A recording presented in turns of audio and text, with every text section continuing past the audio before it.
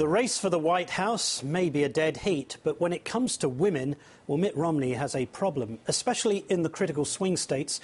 A new Quinnipiac poll shows the president leading among female voters by 46 to 43%. But when it comes to single women, the president dominates Romney by a whopping 2-to-1 margin. That may explain why Karl Rove's super PAC, American Crossroads, is out with a new web video accusing the president of waging a war on women, while, of course, conveniently ignoring Mitt Romney's pledge to eliminate Planned Parenthood. Cecile Richards is the president of Planned Parenthood, and she joins us now. Good afternoon. Hi, Martin. What is your reaction to Karl Rove's super PAC and their new claim that it's the president, the current president, who's waging a war on women? Well, it seems like they obviously have gotten the word that women are really troubled by the very extreme positions that Mr. Romney's taken. I mean, I think we saw in the presidential primary that it was really a race to the bottom among the candidates who would be the worst for women, and particularly when it relates to women's health care. Mitt Romney has pledged to get rid of Planned Parenthood. He's pledged to end the entire national family planning program that provides preventive care to more than 5 million women every single year. He wants to overturn Roe versus Wade. And I think what they're seeing in their own polling and what we're seeing is that women are sick of politicians playing politics with their access to health care. But notwithstanding Karl Rove's work, your own Planned Parenthood ads are making an impact. A Hart Research survey found that over 50% of women in Iowa and Florida who recall seeing the ad are far less likely to vote for Romney than those who had not seen it. So are you going to put more of those ads out across the swing states over the summer?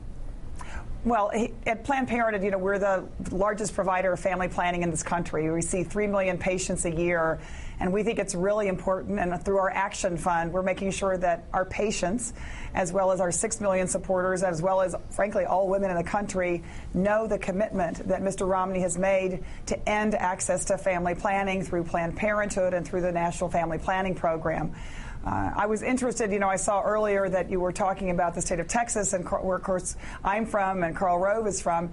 That's a good example of a state where the Governor Perry is ending the women's family planning program, throwing women off of cancer screenings, birth control, and the like. And I say to folks, if you like that, what's happening in Texas, you're going to like what Mr. Romney has promised to do to women all across the country. But it's absolutely astonishing with Governor Perry, because not only has he rejected millions of dollars from the federal government on the basis that he doesn't want Planned Parenthood in his state to be supported, but he's also announced that he's going to reject the Medicaid provisions of the Affordable Care Act. So Lord help a woman in Texas in a couple of years.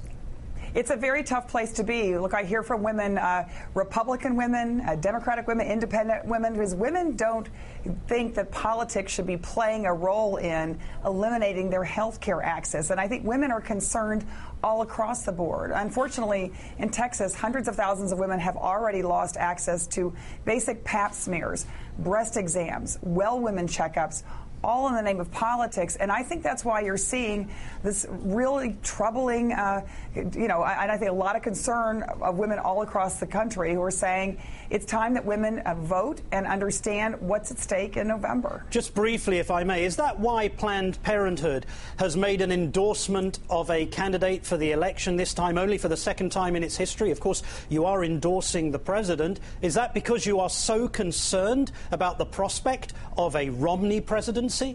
Well, we are concerned. And, of course, we, through the Planned Parenthood Action Fund, did endorse the president because he has been a strong supporter of women's health care.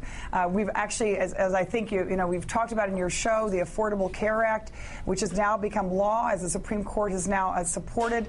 This will mean women now, for the first time in this country, don't have to pay more for insurance just because they're a woman. They won't be denied insurance coverage because of a pre-existing condition.